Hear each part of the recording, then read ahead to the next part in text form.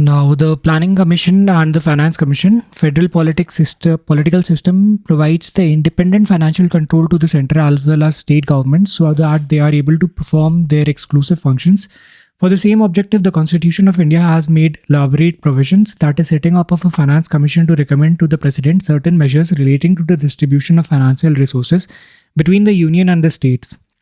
But the powers given to the Finance Commission by the Parliament limited its function to the extent of finding out the revenue gap of the states, besides recommending for grant in aid to the states from the centre.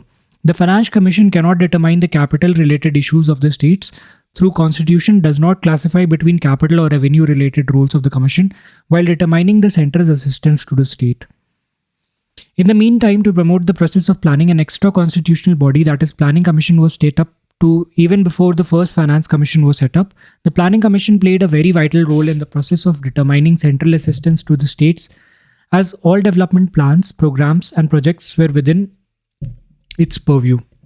All grants or loans given by the center to the states for development works are practically dependent on the recommendation of Planning Commission, and that is why the role of Planning Commission was said to confine the role of Finance Commission, that is a non-constitutional body eclipsing a constitutional body. P.J. Ramanar, who headed the Finance Commission of 1966-69, suggested to clearly define the relative scope and functions of the two commissions by amending the constitution. The Planning Commission was advised to make a statutory independent of the government, but no such follow-ups came from the successive governments at the center. But one thing was important: most of the Finance Commission devaluated some extra share in central taxes, that is income tax and central excise and granted aid. Since the decade of 1990s, certain events made the central government change its mindset regarding the role of states in the process of development. Major events may be counted as under: the process of economic reforms started in 1991-92 required active economic participation from the states. The constitutional requirement of participatory planning mandated by the 73rd and 74th Constitutional Amendment was enacted in 1993. The arrival of coalition era at the center, when over a dozen political parties having regional affiliations came together to form the government. The recommendation of the 10th Finance Commission, followed by a constitutional amendment making alternative model of devolution a law in 1995. Various new needs of the time, such as tax reform, agriculture development, industrial expansion, etc. The year 2002 could be considered a watershed moment in the area of promoting the state's need for financial resources and promoting their developmental requirements. In July 2002, while the government was setting up the 12th Finance Commission 2005 to 10, the then Minister of Finance announced that in future the Planning Commission will be playing more or less a role of collaborator to the Finance Commission. In the same announcement, the government made one member of the Planning Commission a member of Finance Commission too, a symbol of physical and ideological connection between the two bodies. It was as if the government has accepted the suggestions of the 4th Finance Commission to a great extent. Though the critics took it as an infringement of a constitutional body by a non-constitutional one, the government clarified by calling it a symbol of promoting contemporary needs of the economy and fiscal federalism. Another milestone was created by the enactment of FRBM Act in 2003, which empowers the state governments to go for market borrowings to fulfill their planned expenditure without prior permission from the central government, provided they have enacted their respective Fiscal Responsibility Acts too. This had boosted the participatory planning in the country by guaranteeing greater autonomy plan participation from the states. If we look at the tax reforms process, we see general tendency of enabling the states to collect more and more taxes, the VAT, that is value added tax, being a glaring example by which almost all states have been able to increase their gross tax revenue receipts. This will be served more once the economy goes for proposed enactment of GST. This has been done. In January 2015, the Niti Aayog replaced the Planning Commission. Thus, the comparison between the latter and Finance Commission no more exists, but it will always have its academic importance in the area of development planning in the country. Such experiences of the past will function as directives for the policymakers in the future. Meanwhile, the new body, that is Niti Aayog, is totally different in its approach towards fund allocation. Unlike Plan Commission, it does not allocate fund to the states to promote the cause of development plan. Basically, the states now sit in the Niti itself in a very strong position. The Niti Aayog has been termed by the central government as the best friend of states in the center. Now, a critical evaluation of the planning. Planning has been the subject of number of criticisms right since its inception in the country. With the passage of time, not only the number of criticism increased, but more importantly, the shortcomings of planning were pointed out. Although, after considerable delay, the governments took note of shortcomings besides taking some major steps. The criticism stands even today, but with one difference that the government is not only conscious of them but also trying to do away with them. We may briefly discuss the major criticisms of planning in India as well as follow-ups from the government to do away with them as under. Lack of perspective in planning. According to experts, if nation is going for economic planning, it must have perspective element in it. To have perspective in planning, two basic elements needs to be fulfilled. Namely, planning should be evaluation based and long-term goals should be followed up besides having short-term goals. In Indian context, the succeeding plans have always commenced without the full evaluation of the preceding plan. This was mainly due to the following reasons: lack of nodal body responsible for data collection at the national level, federal nature of polity made data collection full of delays, and also due to higher dependence on states, speedier data delivery was not possible.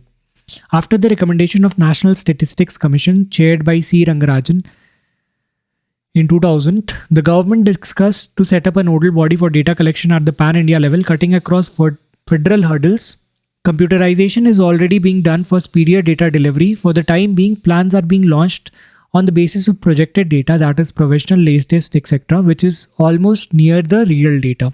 But once the above discussed arrangements are in place, Indian planning will be based on evaluation undoubtedly. In the meantime, quarterly reviews and performance budgeting of the union budget have brought in evaluation element to a greater degree. Now, the first plan had set long-term goals for the coming 20 years besides the short-term goals for the 5 years, but over time, falling confidence in the mobilizing required resources and political uncertainties at the center made it a convention to set only short-term targets of planning. This shortcoming seems to be done away with the commencement of the 10th plan. The plan did not go for setting long-term goals only, but even did set monitorable targets for 11th plan too. Point should be noted here that government has been conscious about the needs for perspective planning as a separate division with the same name, which has been functioning in the Yojana Bhavan since mid-1970s.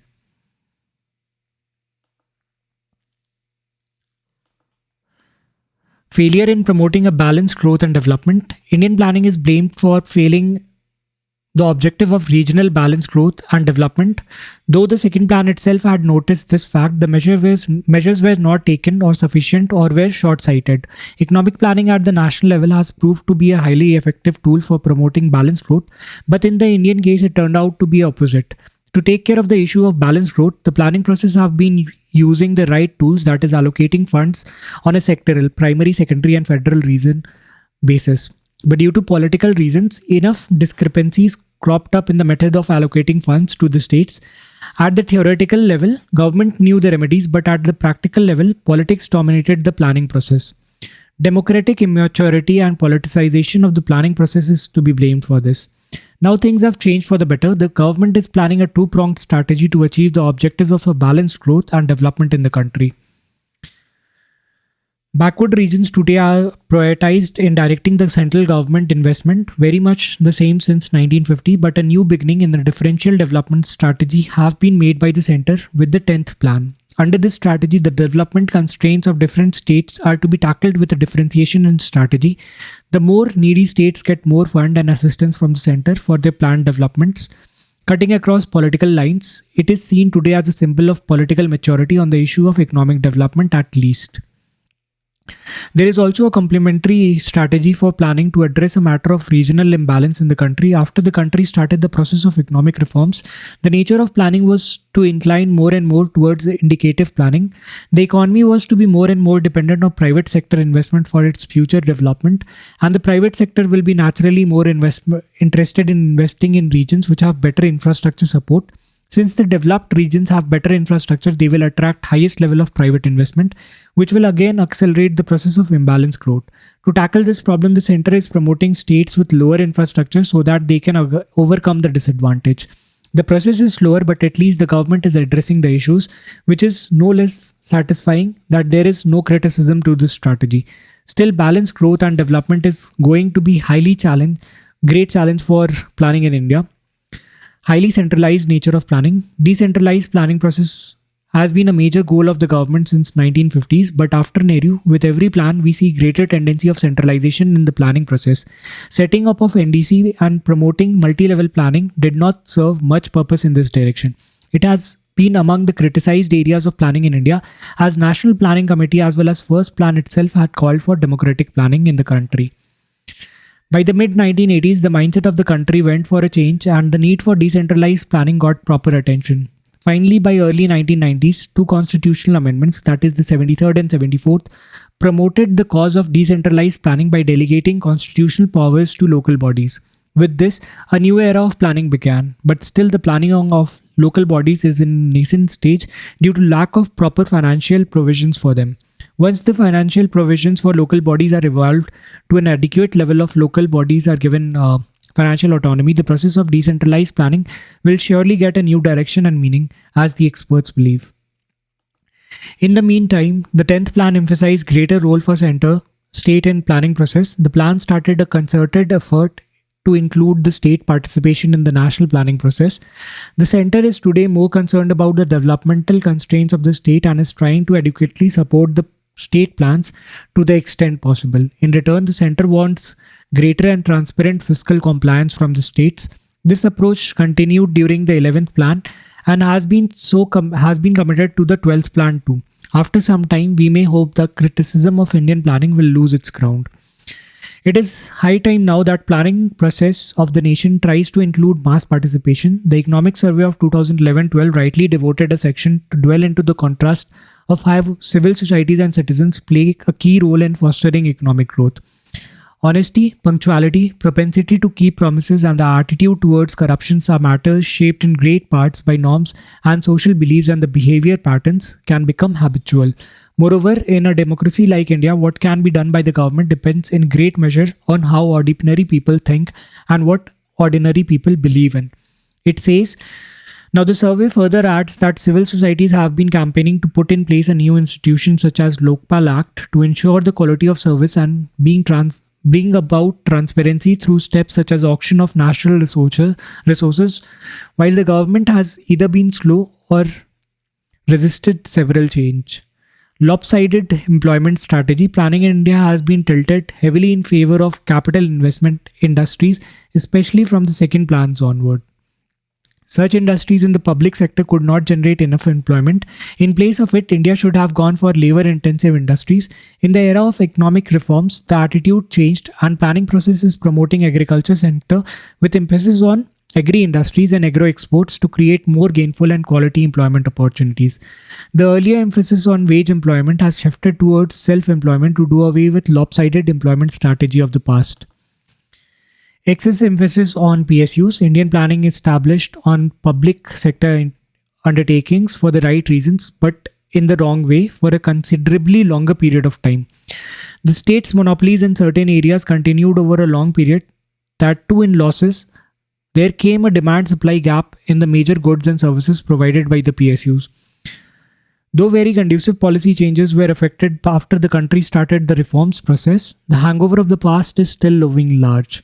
Several reforms in the PSUs as well as more liberal approach towards the private sector with market reforms are needed to phase out the discrepancies created by the overemphasis on PSU.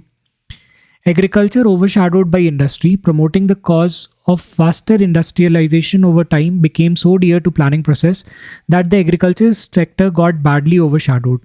Though the plans were highlighting or prioritizing agriculture, the industrial sector and PSUs were glorified in such a way that time and resource both were scarce for agricultural resource. Such a policy always created a situation of food insecurity even today for a country and masses who depended upon agriculture for their livelihood and income. Still, say 58.2%, this could change, could never increase their purchasing power to a level that economy could reverse the situation of market failure. In India, even today, industrial growth is badly dependent on agricultural growth. The 10th plan recognizes agriculture as a core element of development. This is a welcome ideology change in the strategy of planning. Now the industries can sustain themselves, but laggard agriculture sector needs special care and promotion from the government, so that the masses who earn their livelihood from agriculture can benefit out of the WTO promoted globalization. The agriculture sector is in urgent need of attention, otherwise, the process of globalization is going to be ineffective in benefiting the masses.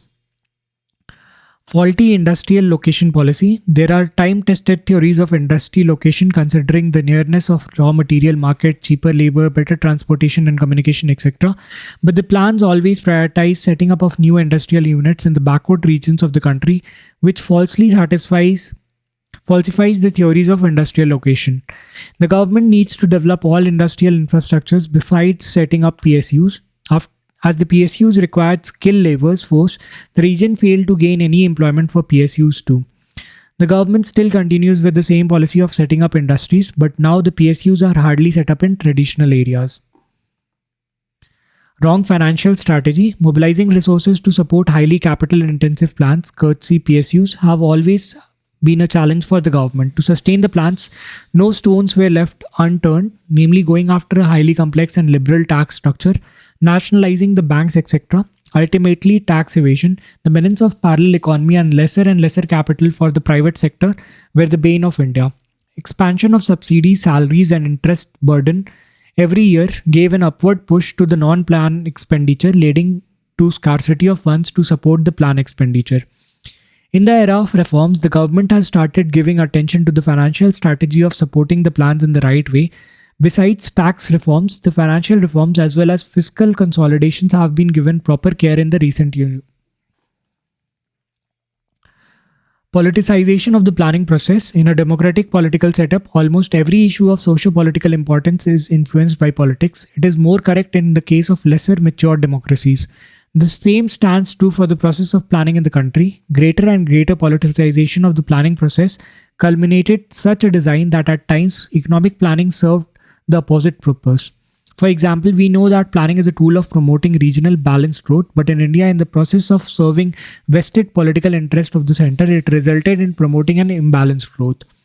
In recent years, the government has tried to address the major criticisms of planning in India.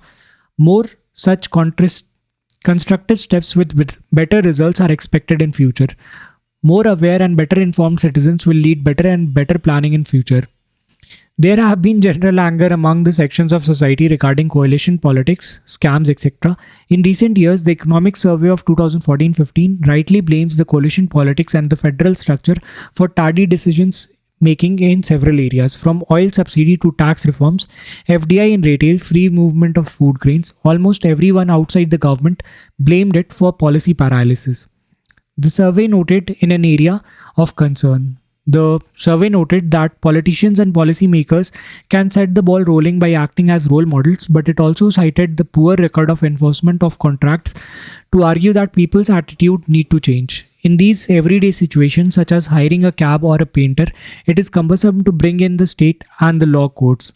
Here, the main guarantor has to be the people's personal integrity and trustworthiness, it says. The statement comes from a government that has been battling a state of corruption scandals ranging from those in telecom sector to Commonwealth Games and criticism over poor governance standards and inability to push through critical decisions. The Economic Survey of 2012-13 suggested a new objective of Planning Commission. The global economic and financial crisis, which had persisted for the last 5 years, had not only exposed the vulnerabilities of almost all countries over the globe to the external shock, but also had lessons for planning process, which is countries need to have inbuilt social safety nets for facing such eventualities, which affect the weak and vulnerable the most and wipes out the fruits of growth for years. India, with its focus on inclusive growth and timely interventions, has, however, been able to weather the crisis better than many other countries. That'll be all for this video. We'll be starting with inclusive growth and Niti Aayog in the next video.